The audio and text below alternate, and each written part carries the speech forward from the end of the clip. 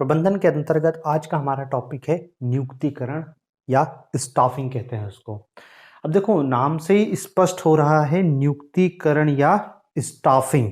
Staff होता है जो, देखो हमने ये अभी तक देखा था कि प्रबंधन के अंतर्गत हम किसी कार्य को व्यवस्थित ढंग से करते हैं तो हम सबसे पहले अपना एक उद्देश्य बनाते हैं, फिर उस उद्देश्य के अनुरूप अपने एक संगठन बनाते हैं। जब संगठन का निर्माण करेंगे तो उस संगठन में कार्य करने के लिए कुछ लोगों की आवश्यकता होगी, क्योंकि हम अकेले तो सब कुछ कर नहीं सकते। यदि अकेले सब कुछ कर लेते तो संगठन की जरूरत ही नहीं पड़ती। हमारा जो उद्देश्य थोड़ा सा ज्यादा बड़ा है, हमको बहुत सारे लोगों की जरूरत पड़ेगी। तो सवाल यह है कि अब ये बहुत सारे लोग हमारे संगठन में शामिल कैसे होंगे। उन लोगों को संगठन में शामिल करने की प्रक्रिया को ही कहते हैं नियुक्तिकरण, स्टाफिंग, नियुक्त करना। उनकी योग्यता के आधार पर कर्मचारियों या अधिकारियों या प्रबंधक की नियुक्ति की प्रक्रिया ही स्टाफिंग कहलाती है। अब देखो अलग अलग लोगों की अलग अलग परिभाषा है कि एक है डेल योडर की परिभाषा। डेल योडर क्या कहते हैं कि अधिशास प्रकार है। ये नियुक्तिकरण एक तरह से क्या है, अधिशास प्रकार। प्रकार मतलब होता है फंक्शन, उसका कार्य, उसकी मतलब शासन करने का एक कार्य है ये, जिसमें अधीनस्थ प्रबंधकों की भर्ती, चयन, क्षतिपूर्ति, प्रशिक्षण, पदोन्नति, सेवानिवृत्ति आदि शामिल है। मतलब कर्मचारियों की भर्ती की जाती है, उनका वेतन दिया जाता है, उनको प्रशिक्षण दिया जाता है, उनकी प्रमोशन होता है, उनका रिटायरमेंट होता है। पूरी प्रक्रिया डेल ऑर्डर बता रहे हैं। जॉर्ज टेरी क्या कह रहे हैं कि ये जो नियुक्तिकरण है, नियुक्तिकरण एक ऐसा काम है जिसमें संतोषजनक कार्य शक्ति को प्राप्त करने तथा उसे बनाए रखा जा सकता है। संतोषजनक कार्य शक्ति मतलब एक वर्किंग पावर आपकी ऐसी हो कि जो संतोषजनक हो, उत्पादन एक स्तर तक प्राप्त कर लिया जाए और उसे बनाए रखने को ही स्टाफिंग कहते हैं। थियो हेमन क्या कहता है कि नियुक्तिकरण की जो प्रक्रिया है या नियुक्तिकरण का जो कार्य है वह कार्य है नियुक्तिकरण जिसका संबंध प्रबंधकों की भर्ती, चयन, विकास एवं क्षतिपूर्ति से होता है। मतलब देखो डेल योडर और थियो हेमन लगभग लगभग सेम परिभाषा दे रहे हैं, थोड़ा सा शब्दों का हेरफेर है, लेकिन साधारण सी बात यही कह रहे हैं कि नियुक्तिकरण वह प्रक्रिया है जिसके अंतर्गत कर्मचारियों की भर्ती की जाती है, उनको प्रशिक्षण दिया जाता है, उनकी पदोन्नति की जाती है, उनका स्थानांतरण, विकास और सेवानिवृत्ति सब स्टाफिंग के अंतर्गत शामिल हो जाता है। मतलब देखो स्टाफिंग पूरी प्रक्रिया है। हम ये नहीं कह रहे कि केवल लोगों की भर्ती कर लेना, वो तो चयन होगा। केवल लोगों की भर्ती नहीं करना, देखो सब चीज शामिल है। प्रबंधकों की भर्ती, चयन, विकास, उनकी पदोन्नति, उनका प्रशिक्षण, उनको क्षतिपूर्ति, ये पूरी प्रक्रिया स्टाफिंग कहलाती है। ठीक है ना। अब देखते हैं नियुक्तिकरण की विशेषताएं या स्टाफिंग के क्या विशेषताएं या क्या लक्षण है। विशेषता या लक्षण,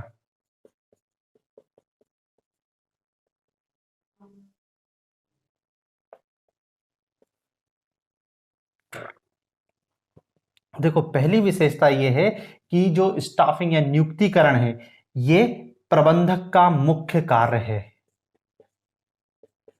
प्रबंधक का मुख्य कार्य है, is the primary function of manager.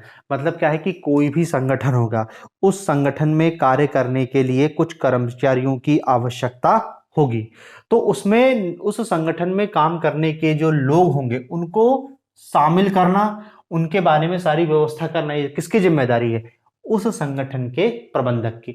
मतलब प्रबंधक का मेन और प्राइमरी फंक्शन यही है, स्टाफिंग करना। ठीक है ना।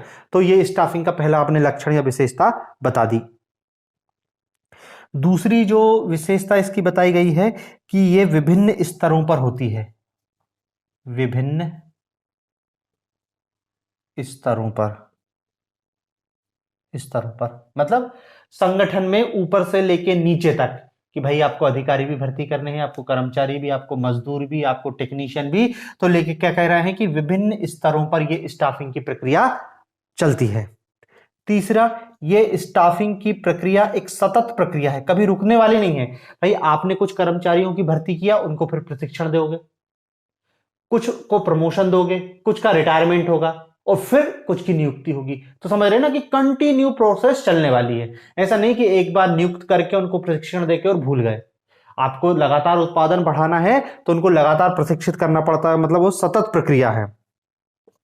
चौथा पॉइंट बताएंगे कि आंतरिक एवं बाह्य प्रभाव, आंतरिक एवं बाह्य प्रभाव।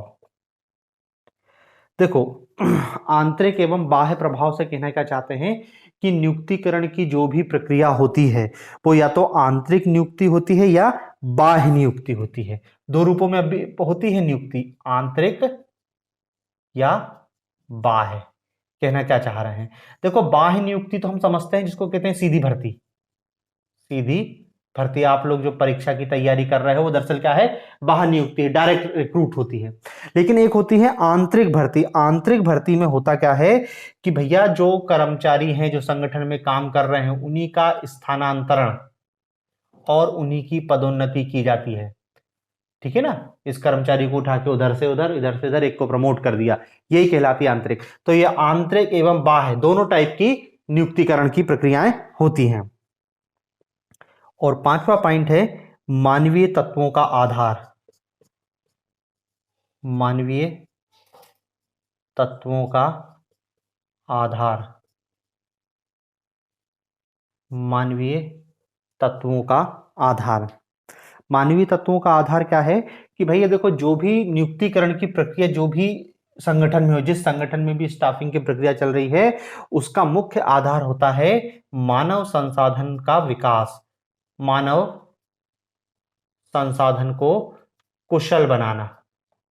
ठीक है ना, कि संगठन में जो भी काम करने वाले लोग होंगे वो एफिशिएंट हो, उनकी एफिशिएंसी लगातार बढ़े और वो अच्छे मानव संसाधन में अच्छे मानव संसाधन के रूप में कन्वर्ट हो। यही क्या है नियुक्तिकरण की विशेषताएं या लक्षण। तो देखो ये 5 विशेषताएं या लक्षण है। फिर हम इसमें बताएंगे कि ये जो स्टाफिंग की प्रक्रिया है इसका महत्व क्या है। स्टाफिंग की प्रक्रिया का महत्व। स्टाफिंग की प्रक्रिया का महत्व। देखो सबसे पहला महत्व तो ये रोजगार पाने में सहायक है। रोजगार पाने में सहायक। रोजगार पाने में सहायक, देखो हम इसको देख ही रहे हैं कि इसके माध्यम से क्या है व्यक्ति को अपने योग्यता के अनुसार रोजगार पाने में सहायता मिलती है और व्यक्ति फिर अपने हिसाब से जीवन जीने में सफल होता है। मतलब ये व्यक्तियों को योग्यता के अनुसार काम देता है, योग्यता के अनुसार काम देता है और फिर वो एक अच्छा जीवन जी लेता है। तो एक सबसे पहला तो इसका जो महत्व क्या होता है कि ये रोजगार पाने में सहायक है। दूसरा ये है कि मानव संसाधन का कुशल उपयोग। मानव संसाधन का कुशल उपयोग। मानव संसाधन का कुशल उपयोग, देखो जब योग्यता के अनुसार काम दे रहे हो, योग्यता के अनुसार काम दे रहे हो तो व्यक्ति क्या है अपनी क्षमताओं का सही उपयोग करेगा। मतलब वो जो मानव संसाधन है उसका सही उपयोग हो सकता है। ठीक है ना। तीसरा है उद्देश्यों की प्राप्ति में सहायता या उद्देश्यों की प्राप्ति में सहयोगी। उद्देश्य की प्राप्ति में सहयोगी। उद्देश्य की प्राप्ति में सहयोगी।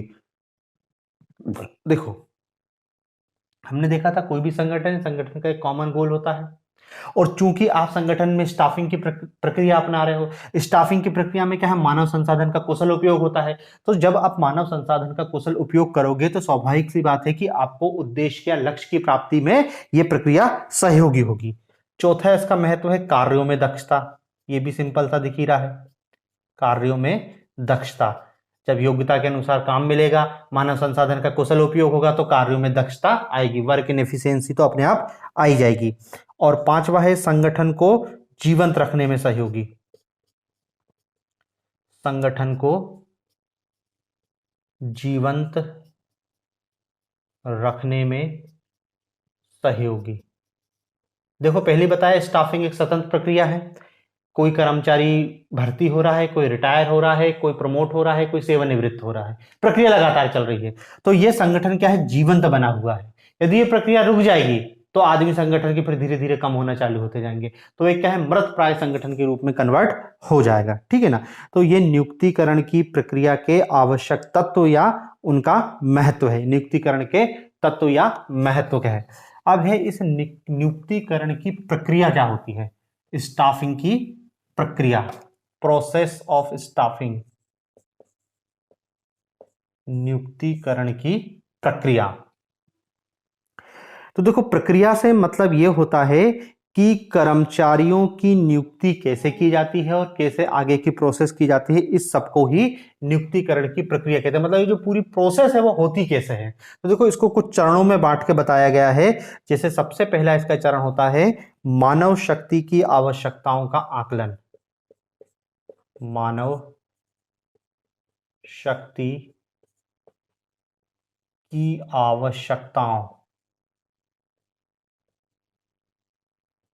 आवश्यकताओं का आकलन। मानव शक्ति की आवश्यकताओं का आकलन, ठीक है ना। देखो, मानव शक्ति की आवश्यकताओं का आकलन का मतलब है कि किसी भी संगठन में आपको स्टाफिंग की प्रक्रिया अपनानी है तो सबसे पहले आपको यह देखना पड़ेगा कि भविष्य में हमको कैसे कर्मचारी चाहिए काम के लिए, भविष्य में कैसी मानव शक्ति चाहिए। सबसे पहले यह देखना पड़ेगा आपको कि आपको कैसे कर्मचारियों की आवश्यकता है, उनमें क्या योग्यता आपको चाहिए या भविष्य में कैसी जरूरत पड़ेगी। तो उसी को कहते हैं, सर्वप्रथम यह प्रथम चरण है कि मानव शक्ति की आवश्यकताओं को पहचानना, उनका हमको आकलन करना है। फिर दूसरी जो प्रक्रिया होती है वो होती है भर्ती, रिक्रूटमेंट। दूसरी प्रक्रिया होती है भर्ती। मतलब देखो, पहले तो आपने योग्यता निर्धारित कर दी कि हमको ये काम के लिए इस टाइप के लोग चाहिए। अब आप भर्ती निकालोगे ताकि क्या है, योग्य व्यक्तियों का चयन कर सको। आप नोटिफिकेशन जारी करोगे कितने लोगों की जरूरत है, उनको ये योग्यता होनी चाहिए। तो दूसरा चरण होगा भर्ती का, ठीक है ना। तीसरा चरण होगा चयन का। तीसरा जो चरण होगा चयन का, सिलेक्शन, ठीक है ना।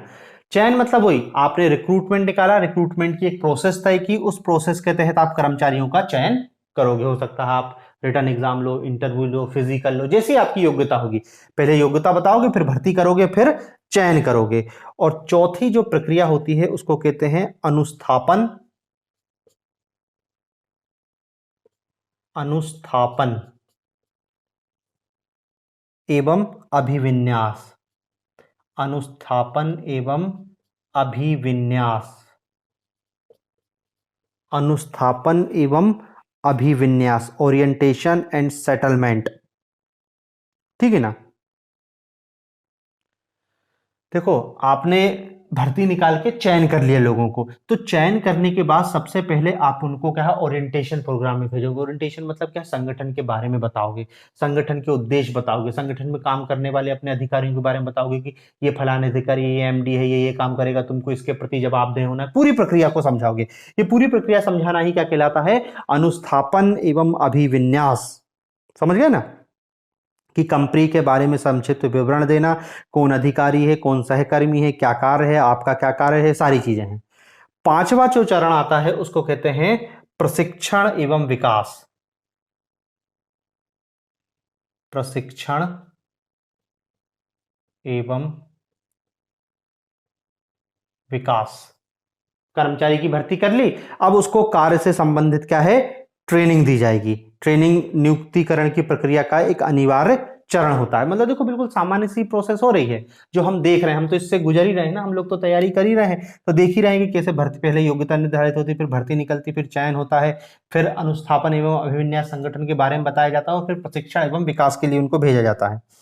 फिर छठवां जो चरण आता है इसको कहते हैं निष्पादन का मूल्यांकन। निष्पादन का मूल्यांकन। निष्पादन का मूल्यांकन। निष्पादन का मूल्यांकन क्या है, मतलब भाई आपने एक योग्यता के आधार पर कुछ लोगों का चयन किया, उनको प्रशिक्षण दिया, अब उनका मूल्यांकन भी करना पड़ेगा ना कि जिन कर्मचारियों को आपने भर्ती किया है वो अपने काम को किस ढंग से कर रहे हैं। भाई आपने जिस उद्देश्य से कर्मचारियों की भर्ती की थी वो पूरी हो पा रही है या नहीं हो पा रही है। आप ये देखोगे ना, कहीं इनको फिर से प्रशिक्षण की जरूरत तो नहीं है, या इनके प्रशिक्षण में कोई गलती तो नहीं रह गई है, ये आपको देखना पड़ेगा। मतलब उनका मूल्यांकन करना पड़ेगा। और जब एक बार मूल्यांकन कर लोगे उसके बाद आप उनको क्या है, पदोन्नति, प्रमोशन तथा भविष्य नियोजन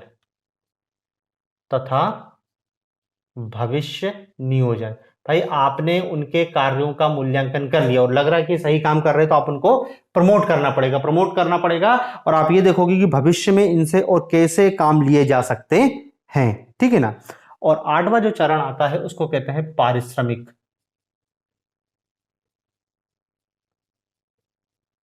पारिश्रमिक पारिश्रमिक को हम ये भी कह सकते हैं कि एक व्यक्ति को वेतन उसके योगदान से मिलना, मतलब क्या है कि व्यक्ति ने जो काम किया उस काम के अनुरूप उसको क्या है, वेतन मिलना चाहिए, ठीक है ना। और जो वेतन का स्ट्रक्चर ऐसा होना चाहिए जो कर्मचारियों को संतुष्ट करे। तो देखो ये नियुक्तिकरण की प्रक्रिया है, ठीक है ना, सिंपल सी प्रक्रिया है जो हम देख ही रहे हैं। हम भी इस नियुक्तिकरण से जुड़े हुए हैं, हम भी तैयारी कर रहे हैं, तो हम आसानी से समझ रहे हैं कि कैसे भर्ती का चयन होता है। फिर इसमें हमको जो देखना है, नियुक्तिकरण के विभिन्न पहलू, विभिन्न पहलू, वेरियस एस्पेक्ट ऑफ स्टाफिंग। वही है 3 चीज, पहला भर्ती, दूसरा चयन और तीसरा प्रशिक्षण। अब भी जिस 3 चीजों की चर्चा की, ये 3 चीज ही स्टाफिंग के पहलू हैं, various aspect of the staffing. भर्ती अब भी बताया था, कर्मचारी की पहचान, उनका आकर्षण, किस लोगों की भर्ती करना है, भर्ती निकालना, उनका चयन करना, चयनित लोगों को प्रशिक्षण देना, ठीक है ना। तो ये नियुक्तिकरण के विभिन्न पहलू हैं। अब इसमें जो हम बार बार शब्द यूज कर रहे हैं भर्ती, इसको थोड़ा सा डिटेल में जाने। रिक्रूटमेंट,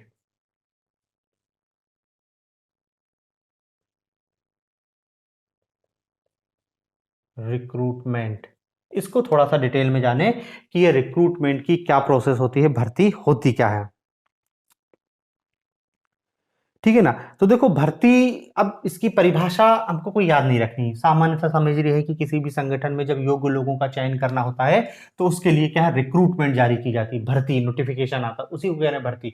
योग्य लोगों का चयन करने के लिए जो प्रक्रिया अपनाई जाती है उसी को भर्ती कहते हैं, ठीक है ना। और ये भर्ती 2 टाइप से होती है, वही अब भी जो चर्चा की थी, आंतरिक और बाह्य। आंतरिक भर्ती और बाह्य स्रोत से होने वाली भर्ती, ठीक है ना। जो आंतरिक होती है उसको तो हम देखो पहले बता चुके, 2 रूपों में होती है, एक तो स्थानांतरण और दूसरा पदोन्नति, 2 तरीके से होती है। लेकिन जो बाह्य भर्ती होती है इसके बहुत सारे टाइप होते हैं बाह्य भर्ती के। जो डायरेक्ट रिक्रूट होती है, जैसे हम जो व्यापम के तहत जो भर्ती हो रही है वो दरअसल क्या है, डायरेक्ट रिक्रूटमेंट, डायरेक्ट रिक्रूट होती है। इसके अलग अलग प्रकार होते हैं, जैसे सबसे पहले एक होता है प्रत्यक्ष भर्ती। प्रत्यक्ष भर्ती जो हम जिस चरण से गुजर रहे हैं, हम जिसकी तैयारी कर रहे हैं वो क्या है, डायरेक्ट रिक्रूटमेंट है। फिर एक होता है विज्ञापन भर्ती। विज्ञापन भर्ती कि पहले एक नोटिफिकेशन जारी किया जाएगा और नोटिफिकेशन के बाद भर्ती की जाएगी। डायरेक्ट रिक्रूटमेंट में तो क्या है, बिना नोटिफिकेशन के भी भर्ती कर ली जाती है, आपको पता ही नहीं चलेगा वहां पे रिक्रूट हो गया। फिर तीसरा जो तरीका होता है वो रोजगार पंजीयन,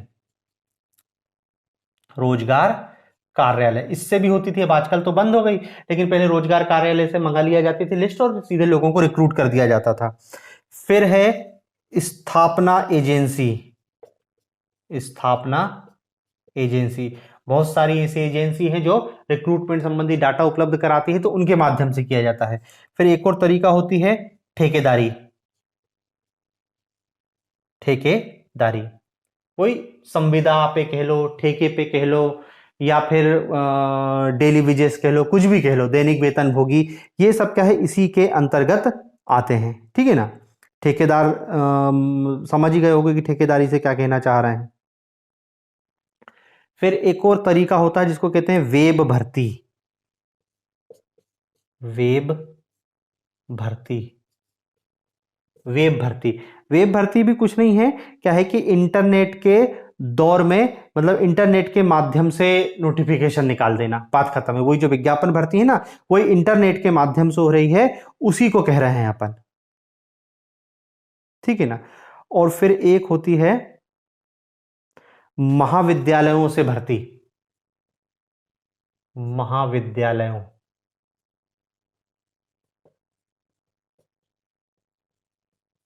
ये दरअसल प्राइवेट इंस्टीट्यूट में होती है कैंपस सिलेक्शन। आपने इंजीनियरिंग करी, वहां पे कंपनियां आती हो, डायरेक्ट आपको रिक्रूट करके ले जाती हैं, तो वो ही है कॉलेज लेवल पर जो भर्ती होती हैं। और अंत में एक और होती है जिसको कहते हैं वेटिंग लिस्ट, प्रतीक्षा सूची। वेटिंग लिस्ट, आपका नाम आएगा लेकिन वेटिंग में रहेगा, यदि वेटिंग क्लियर हो गई तो आपको रोजगार दे दिया जाएगा, ठीक है ना। तो ये भर्ती के प्रोसेस हैं, इतनी तरीके से भर्ती होती है। फिर भर्ती के बाद इसमें जो अगली चीज हमको देखना है वो है चयन, सिलेक्शन, रिक्रूटमेंट और सिलेक्शन। चयन,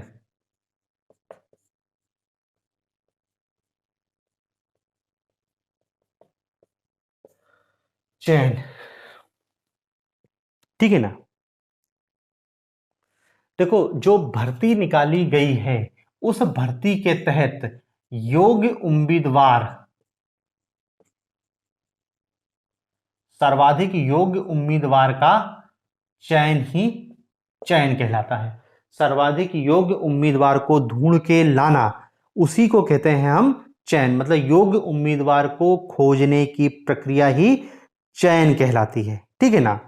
अब देखो इस चयन की हमको प्रक्रिया को समझना है। ये जो चयन होता है इसकी प्रोसेस क्या होती है, योग्य उम्मीदवार को सेलेक्ट करने की प्रक्रिया क्या होती है, ठीक है ना।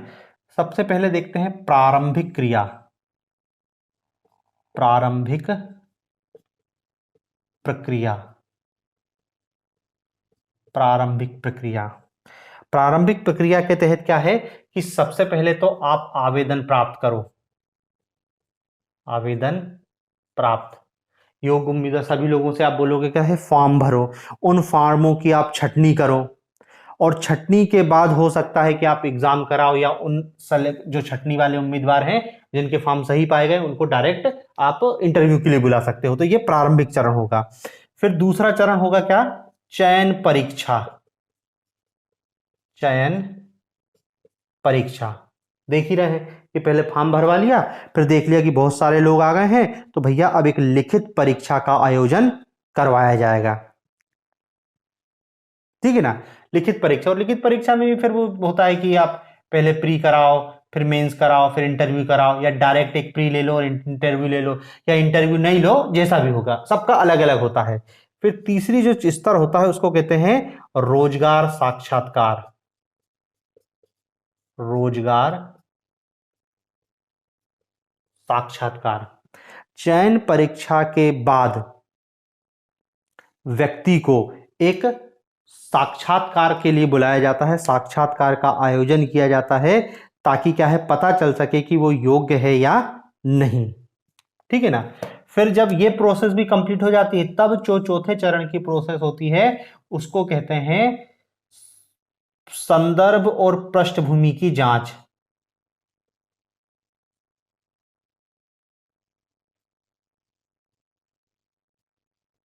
समझ रहे हैं, पुलिस वेरिफिकेशन होता है, आपको देखा जाएगा कि आप अपराधी तो नहीं हो, इन चीजों की तहकीकात की जाती है, तो इसको कहते हैं संदर्भ और पृष्ठभूमि की जांच।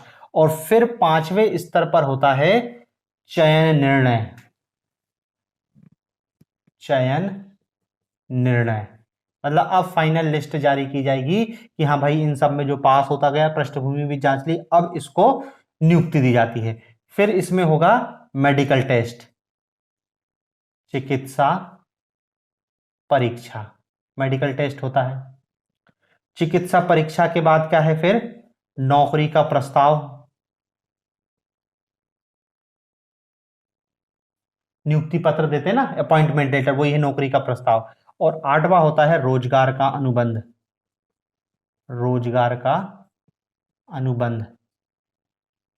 अब देखो ये हर उसमें नहीं होता, लेकिन कुछ जॉब ऐसे होते हैं इसमें बॉन्ड भराए जाते हैं कि आपको यहाँ पर इतने घंटे काम करना पड़ेगा, इतने साल से पहले आप नौकरी छोड़ नहीं सकते हो, ऐसे बहुत सारी चीजों को शामिल किया जाता है, ठीक है ना।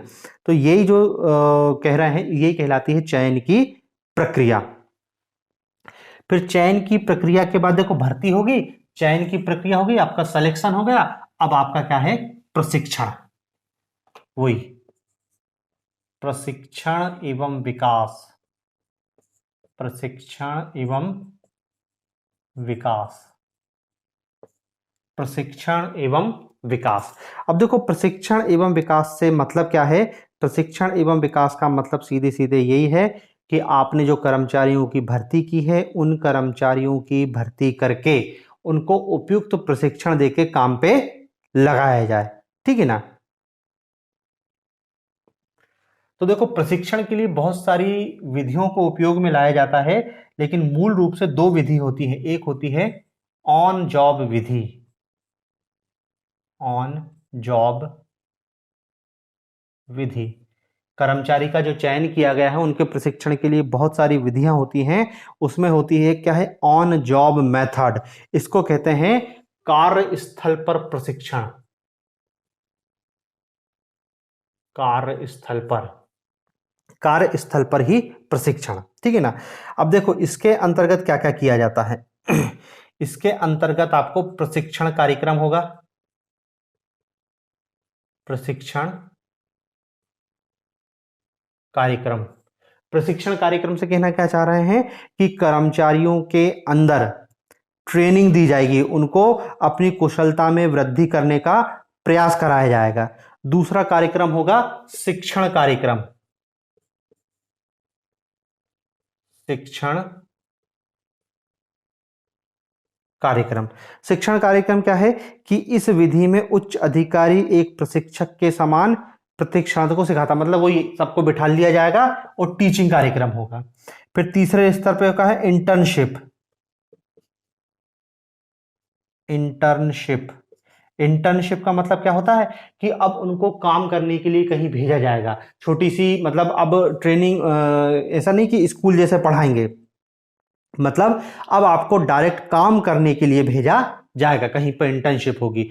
और चौथी जो इसमें विधि होती है, या चौथा जो कार्यक्रम होता है इसके अंदर, ऑन जॉब के अंदर, उसको कहते हैं कार्य बदली, जॉब चेंज। मतलब आप जैसे आपके विभाग में बहुत, आपके संगठन में बहुत सारे विभाग हैं, तो आपको बदल बदल के विभाग भेजा जाएगा, आज इधर कल इधर, ताकि आपको क्या है पूरे संगठन की कार्यविधि समझ जाए। तो देखो ये होती है ऑन जॉब विधि। फिर एक होती है ऑफ जॉब विधि, ऑफ जॉब विधि, ऑफ जॉब विधि। ये क्या होती है ऑफ जॉब विधि? देखो इसके अंतर्गत क्या है? व्याख्यान या सम्मेलन, व्याख्यान या सम्मेलन, व्याख्यान या सम्मेलन का आयोजित किया जाता है। मतलब क्या है भाई, पूरे जो अभ्यर्थी हैं, जो भी जिनको भी नौकरी दी गई, उन सबको मिला के एक क्या है, सभा हाल में बिठा दिया, और कोई क्या है विशेष व्यक्ति आया, विशेषज्ञ व्यक्ति आया, उसने एक व्याख्यान दे दिया, एक कॉमन व्याख्यान। शिक्षण कार्यक्रम नहीं, एक व्याख्यान, जनरल उनने अपनी बातें बताई, यही हो गया व्याख्यान। दूसरा होता क्या है? समस्यात्मक अध्ययन,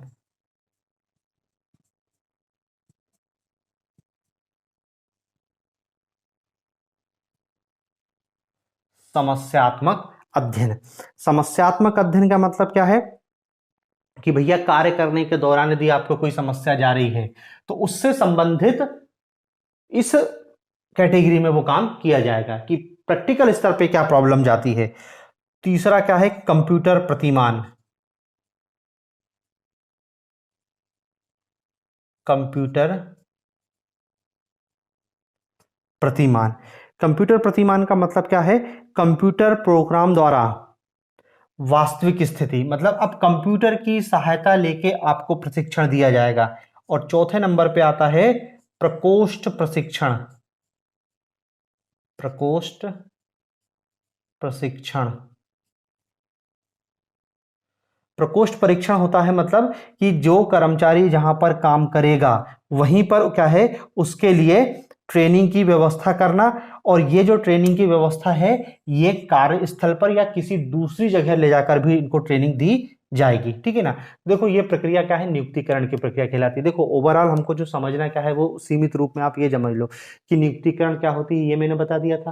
फिर इस नियुक्तिकरण के अंतर्गत क्या क्या होता है आपको ये पता होना चाहिए, उसकी विशेषता, उसके लक्षण, भर्ती क्या होती है, चयन क्या होता है, बस इसी चीजों को हमको समझना, बहुत सामान्य सी इसमें बातें हैं, ठीक है ना। तो ये अपना नियुक्तिकरण वाला टॉपिक भी कंप्लीट होता है।